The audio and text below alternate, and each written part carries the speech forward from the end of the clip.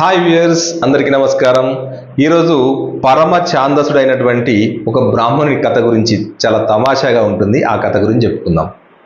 అనగనగా రామాపురం అనేటువంటి ఒక గ్రామంలో పరమ ఛాందసుడైనటువంటి ఒక బ్రాహ్మణుడు ఉండేవాడు. అతనికి చాలా అనుకూలవతి అయినటువంటి ఇల్లాలు భార్యగా లభించింది. వారి కాపురం చాలా సంతోషంగా జరిగిపోతుంది. ఒకరోజు ఈ బ్రాహ్మణ యువతి తన భర్తకు ప్రేమగా పల్లెరంలో ఆహార పదార్థాలు వడ్డించి అతని కొసరి తినిపిస్తూ విసనకర్ర ఊగుతూ ముచ్చటిస్తుంది. ఆ సందర్భంలో ఆమె నోట్లోంచి తుంపెర్లు ఎగిరిపోయి ఆ బ్రాహ్మణుని ముఖంపై పడ్డాయి. అతడు వెంటనే తింటున్నటువంటి ఆ పళ్ళాన్ని పక్కకు నెట్టేసి లేచి వెళ్ళి చేతులు కడుక్కున్నాడు. పంచాంగం తీసి దానికి పరిహారం చూస్తున్నాడు. అతడు చూస్తే అందులో ఏముందే అంటే, ఒకవేళ ఒక యువతి యొక్క తుంపరలు ముఖం మీద పడితే గోదావరి లేదా గంగలో 3 సార్లు మునిగి లేవాలి అని ఉంది. ఇక వెంటనే బ్రాహ్మణుడు తయారైపోయాడు ప్రయాణానికి. వాళ్ళ భార్య కూడా ఇతడు ఛాందసుడు, ఎంత చెప్పినా వినడని చెప్పి ఆయనకేం నచ్చ చెప్పడానికి కూడా ప్రయత్నం చేయలేదు. అతడు ప్రయాణమైండు. గోదావరి తీర ప్రాంతానికి వేయండు. మంచిగా గోదావరి లోపల స్నానం చేసిండు. ఇక 3 సార్లు మంత్రాన్ని పఠిస్తూ ఒకటోసారి, రెండవసారి ముక్కు మూసుకొని మునిగి, మూడవసారి ముక్కు మూసుకొని మునిగి పైకి లేచే సందర్భం లోపల అక్కడ ఎక్కడో చచ్చిపోయినటువంటి ఒక గాడిద ఆ వరద ప్రవాహానికి కొట్టుకొచ్చి ఇతని మెడలో పడ్డది. ఒక పూలమాలలాగా అలంకరించబడ్డది. వెంటనే అతడు మూడోసారి ముక్కు మూసుకొని లేచి ఆ గాడిద మెడలో పడడంతో బెంబేలెత్తిపోయాడు. ఓరిని అమ్మ, ఎంత పని అయిందిరా, ఎంత కర్మ గాలిందిరా బాబు. పెళ్ళాం తుంపర్లు పడ్డాయని నేనేదో గోదావరి స్నానం చేస్తుంటే ఈ చచ్చిపోయిన గాడిద శవం వచ్చి మెడలో పడ్డది. దీనికి పరిహారం ఏంటని మళ్ళీ శాస్త్రంలో వెతికాడు. వెతికితే అందులో ఏమనుందయా అంటే, మహాపతివ్రత అయిన ఇల్లాలి చేత ఒక పూట భోజనం చేయాలని ఉంది. మరి ఇది చాలా క్లిష్టమైన సమస్య. ఏ ఇంటికన్నా వెళ్ళి ఏ గృహిణినన్నా అమ్మ మీరు పతివ్రతేనా అని అడిగితే ఆమె కొట్టే ప్రమాదం ఉంది. మరి ఎట్లా నన్ను పతివ్రతను కనుక్కోవడం ఎట్లా, ఆమె చేత ఒక పూట భోజనం చేయడం ఎలా అని అతడు ఆలోచిస్తూ ఆ ఊరంతా తిరిగి చివరికి చీకటి పడింది, సాయంత్రం అయింది. ఒక ఊర్లో ఒక అరుగుపై పడుకున్నాడు. నిద్ర పట్టింది. కరెక్ట్గా బాగా రాత్రి 11-12 సమయంలో మెలకు వచ్చింది. గొంతెండిపోతుంది, దాహం అవుతుంది, అది ఎండాకాలం. అప్పుడు ఏం చేసిండు, అతడు వెళ్ళి తలుపు కొట్టాడు. ఇప్పుడు లోపలికి వెళ్ళి ఒక ఆడగొంతు వినిపించింది. ఎవరు అని. అమ్మ, నేను ఒక బ్రాహ్మణుని, దూరదేశం నుంచి వచ్చిన, నాకు బాగా దాహం అవుతుంది, దయచేసి కొన్ని నీళ్ళిచ్చి పుణ్యం కట్టుకోమంటే, అప్పుడు ఆ లోపల నుంచి ఆవిడ ఏమందయ్యా అంటే, నువ్వు దొంగవో దొరవో, మా ఆయన కూడా ఇంట్లో లేడు, నేను అస్సలే తలుపు తీయ్యా అన్నది.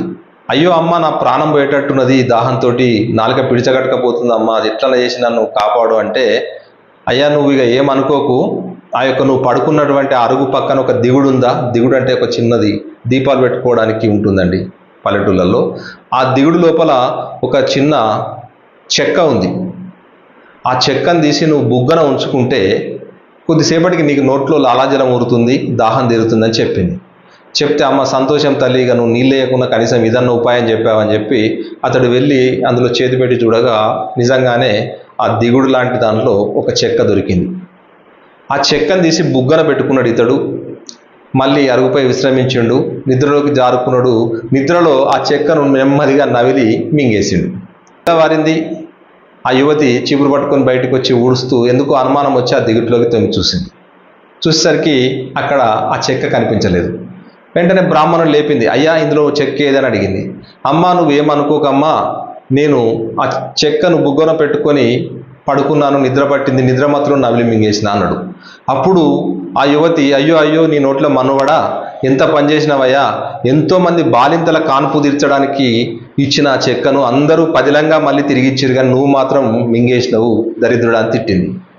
అప్పుడు బ్రాహ్మణునికి మెదడు లోపల నరాలు చిట్లిపోయినంత పని అయింది.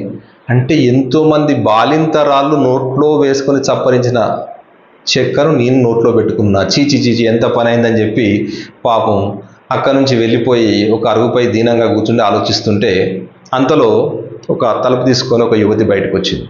అయ్యా, మీరెవరు అని అడిగింది. నేను ఒక బ్రాహ్మణుణ్ణి, ఒక పని నిమిత్తం ఇక్కడికి వచ్చిన అమ్మ అన్నాడు.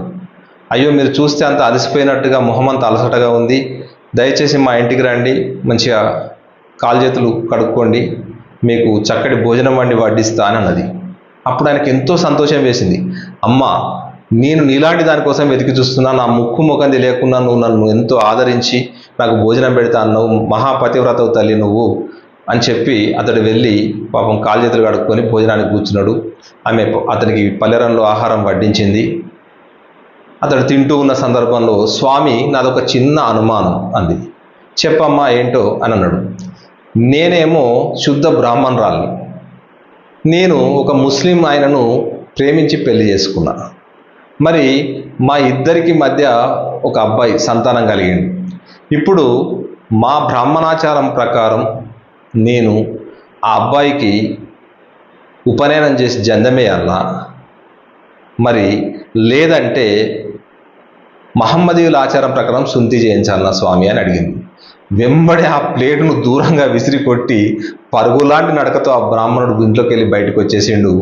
బయటకు వచ్చి తన దురదృష్టాన్ని తానే నిందించుకుంటూ బయటకు వచ్చి అనుకున్నాడు, అసలు నా భార్య కంటే పతివ్రత ఎవరు ఈ లోకంలో, అనవసరంగా ఆమె తుంపిర్లు నా మొహం మీద పడ్డందుకు నేను ఇంత పిచ్చిగా తిరుగుతున్నా, నేను సీదా మా ఇంటికే వెళ్ళి నా భార్య చేతనే వంట తింటా, అప్పుడే నాకు దీనికి పరిహారం అనుకున్నాడు. వెళ్ళిపోయాడు. ఓకేనండి, కథ చాలా బాగుంది కదా, మీకు నచ్చింది అనుకుంటాను. ధన్యవాదాలు. సెలవు.